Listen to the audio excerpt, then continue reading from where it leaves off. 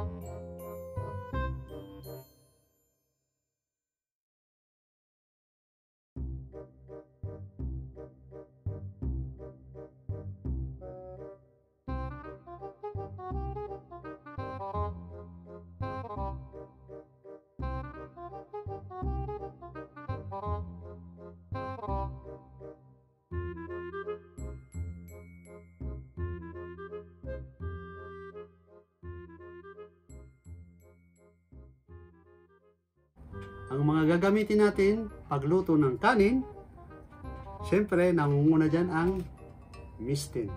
Okay? Gawa po siya ng aluminum. And then, yung case niya,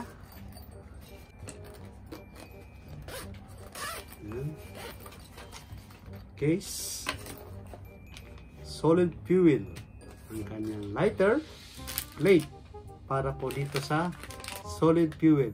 Siyempre, ang kanyang papatungan natin ng Mistin. Parang small kalan. Kasi mo natin mamaya para makita niyo, okay? Yan. Siyempre, ang spoon. Wooden spoon. Pero advisable po sa mga gagamit ng Mistin, medyo ingat lang po ng gamit nito at baka magkasigasan po ang ating Mistin.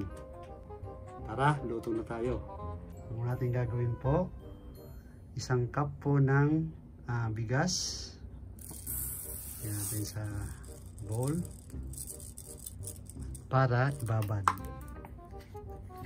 At least po mga 10 to 15 minutes nakababad po siya.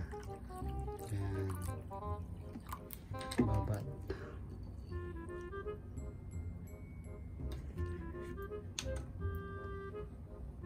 Habang po nagbababad tayo ng bigas at hinugasan, mag-assemble mo tayo ng stove. Yung papatungan po ng mistin. Yan po. Tatlo po siya.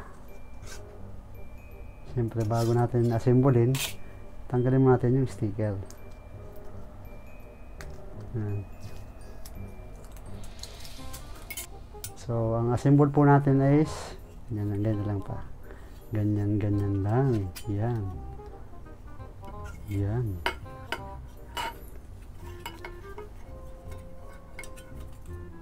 Yan.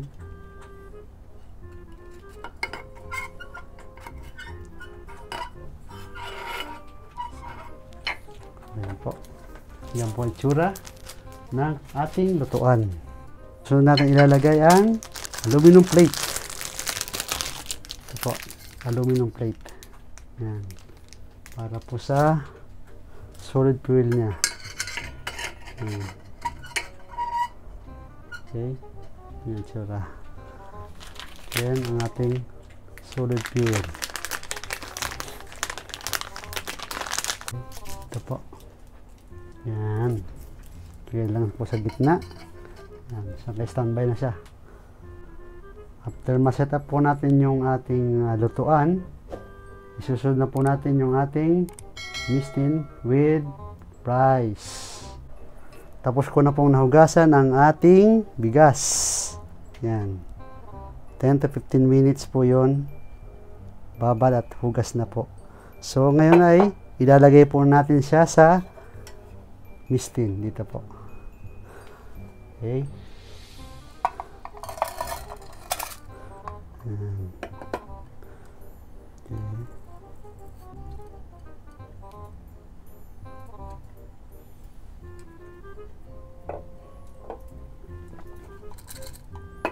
Yan po. Yan. So ngayon lalagyan po natin siya ng tubig. 200 ml. Yan po. Yan, 200 ml.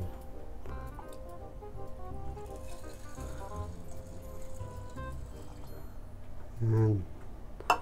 So bali ang 200 ml po ay nakatapat lang po doon sa pinaka mababang tuldok. Tatlong tuldok po yan eh. Sana nakikita po niyo po ha. Yan. Yan yun po. Pinakababa. Yan. Yan. Takpan na natin. Yan. At ating sindihan na. Taas lang natin to. Yan po, patong lang. Yan. So, bali maghihintay lang po tayo ng 10 minutes para maluto ito. Kanin. So, meron pa tayo pong pwedeng idagdag dyan. Kung sakali pong mahangin, ay pwede rin po natin ilagay po itong kanyang tabing. Yan. Sa pagluluto. Para hindi po mapatay ang apoy. Yan. Pwede rin hindi po gamitin, pwede rin gamitin. Depende po sa sitwasyon po ng hangin. Yan. So, ba niya po itsura niya. Tako lang. Yan. Yan po. Sana na konti. Yan. So, bali ganyan na po ang itsura po niya.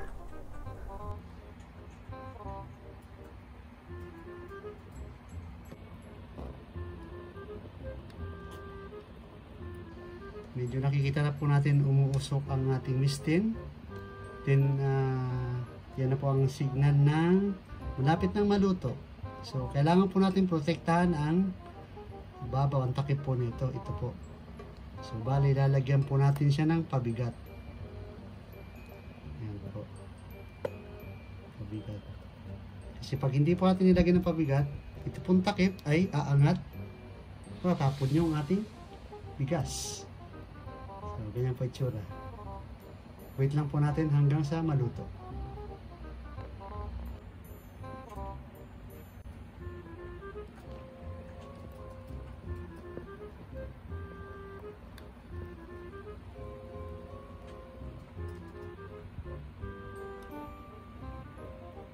Luto na po ang ating kanin. Kailangan lang pa nating tanggalin ang mga parte ng kanyang pinaglutuan. Okay, unahin natin itong baso. Okay. Isunod natin itong tabing.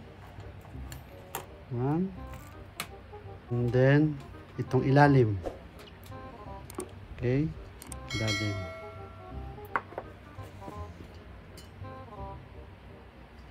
Okay. And then, ito pong mistin ay ilalagay na po natin sa loob. Yan. Ibig sabihin po, para po siya lalong maluto. Yan. Yan po ibig sabihin po itong case na to. Yan. Sarado lang natin. Yan. Okay. Leave po natin siya ng 15 minutes po. After 15 minutes, ready na ang ating kanin. So, ayan mga subscriber. Tapos na po yung 15 minutes na paghihintay natin para po maluto ang ating kanin. So, check na natin kung ano itsura. Ano kaya ang itsura niya? Ayan. Okay. Ayan. Siyempre, suspense muna. Suspense. Ayan. Okay. Hula. Ganda ng pagkakaluto po. Ayan, no? Ayan. Okay. Siyempre, titingnan po natin yung kanyang pinakailalim. Ayan, sandukin na natin. Okay. Ayan. Ang ganda, oh. Walang sunog.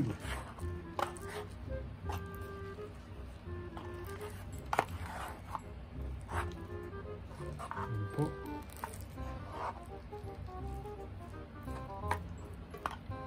Maganda po ang resulta ng ating lutong kanin.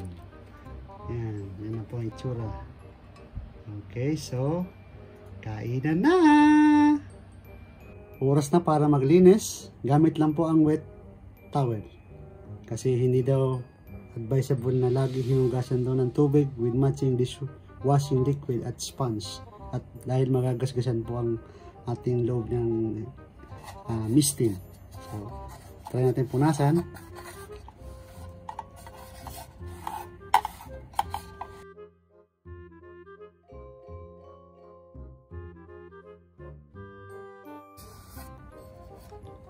Yan po ang resulta ng ating wet towel. Okay. Ito pa po yung takip. Kailangan din punasan natin yan para parehas sila malinis.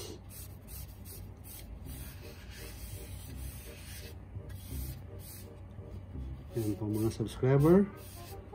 Hindi na kailangan ng tubig at detergent. Yan. Dishwashing liquid. Ito na. Kanyang resulta. Linis, di ba?